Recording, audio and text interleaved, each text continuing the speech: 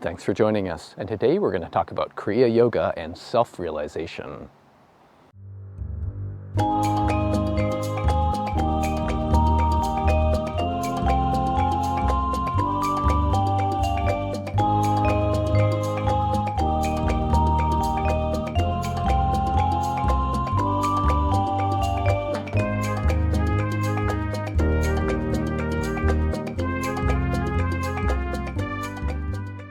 So self-realization is a term that is used in the Kriya Yoga community, and Yogananda, Paramahansa Yogananda, was one of the first ones, or the most predominant ones, to use this term self-realization. So Yogananda has a particular definition of self-realization, which goes something along the lines of the knowledge in body, mind, and soul that one is one with the omnipresence of God, and the idea that one can be isn't just a separate awareness from the totality of things, has this connection, this union or yoga with the greater totality. And for Yogananda and many in the Kriya Yoga community, the means to get to that goal is the Kriya Yoga.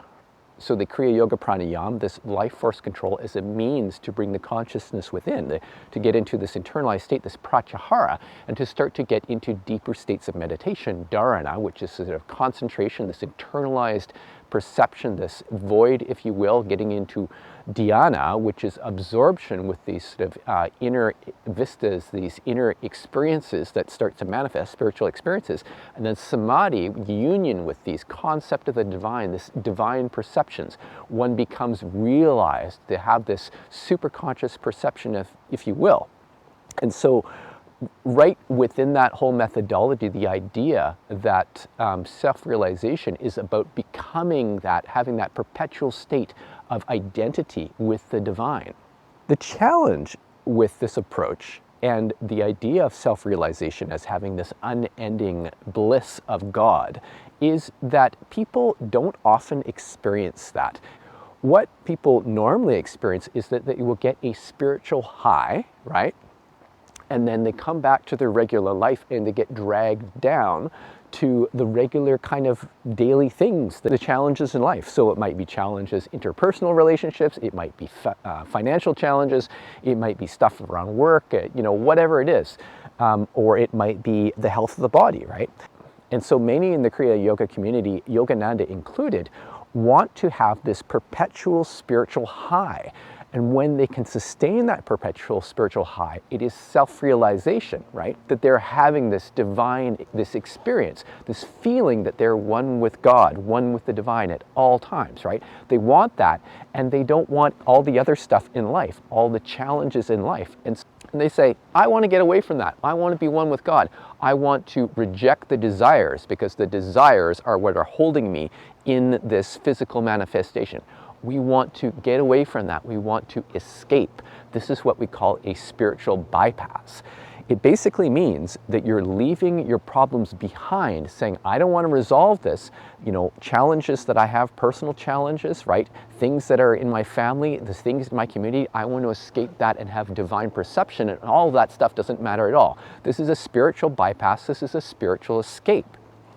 And one of the things in yoga that can kind of give us a bit of perspective on this is something called Jnana Yoga.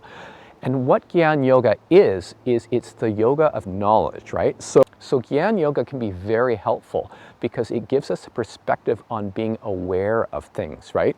So in Jnana Yoga, they will become aware of what sort of feelings or desires they have about certain things, and to be able to have sort of an objective view on that, right?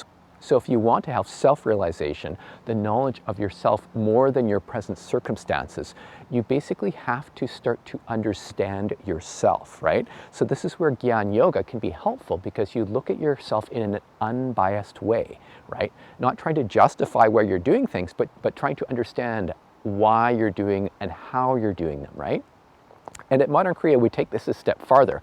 Because what we say is that the way that people's feelings about things are is a direct result of the way they use their energy.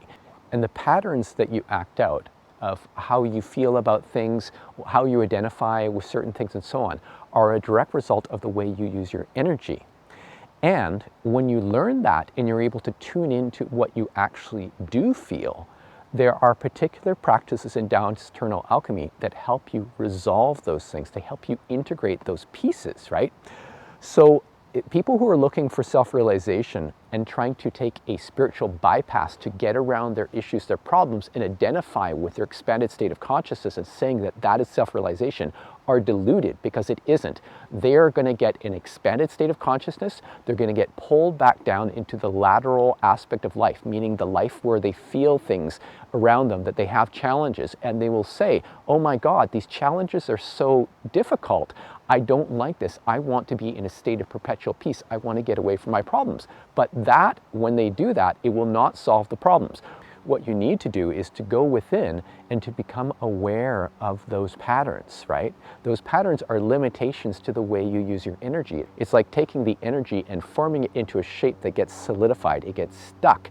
And then that stuck energy, what we call stagnant qi in Taoist internal alchemy, it becomes the personality. It becomes a form through which the life force moves. And so we are perpetuating the same behavior over and over again because we haven't cleared the energetic shape. So at Modern Kriya, informed by Taoist internal alchemy approach, we talk about successive levels of enlightenment, if you will, right? First of all, you want to even begin to perceive the subtle energetic aspect of your body energy system, if you will, your energy body, etc. And you can do that even with Kriya pranayama to start to perceive the subtle centers inside. So we talk about the chakras and so on, and there's an energetic architecture within that we can begin to perceive. So that's the first step. One of the most effective means for starting to perceive internal energies is qigong, right? Which means skill with qi. It's moving practices, things like the ocean breathing, that we describe on our channel. So check out the video on ocean breathing. We're doing this very gentle motion where we're starting to breathe, to open ourselves up from the inside, and then start to perceive the subtle energetic aspects of ourself, right? Once we get into that, then we can start to feel inside of our bodies, right? We use the inner smile as a means for doing that. It's one of the most effective, simple meditation practices where you can do it virtually anywhere, just tuning in what you feel, smiling into it, accepting it fully. What this begins is a process of internal transformation where you start to perceive what you think you are is just an energy in a shape that is subject to change. It can be modified and internally transformed, right? And then it becomes available for new expressions within, right? So this is, it's not just about self-realization, it's actually doing something with your internal energies. It's not just perceiving, it is actually transforming. So many in Kriya Yoga community think that enlightenment is a final goal, right? That you get that by doing Kriya pranayama, by getting into successive deeper states of samadhi, of this super conscious awareness, and then you're done, right? Eventually you're one with God, right? As Yogananda talks about, this sort of knowing in body, mind, and soul that you're always one with God, right? But to actually be successful in self-realization, you need to go through the intermediary steps, which is the awareness inside that you have an energy system, that it's connected to the way you feel about the world, and to start to open yourself up so things can change, so that you can go through those inner transformations, so that you can experience a self-realization in the body, right? You're aware of your energetic system, you start to become aware of your feelings and your emotions about things, and to resolve those. That is a level of self-realization or enlightenment, if you will. And then you start to get into deeper aspects of yourself. So if you have been told that all you need to do is improve your knowing about your divine nature, you're in for a shock, because there are many, many steps along the road. So at Modern Kriya, we offer the teachings of the Panchanan Bhattacharya lineage of Kriya Yoga, plus the Taoist internal alchemy practices that give you the skills to be able to go through those successive levels of enlightenment or self-realization, inner transformation, to support your spiritual development and self-realization. So if you have any questions about this video, feel free to send me an email at info@modernkriya.com. Also check our website at modernkriya.com and our YouTube channel. So thanks for joining us, and we will see you next time.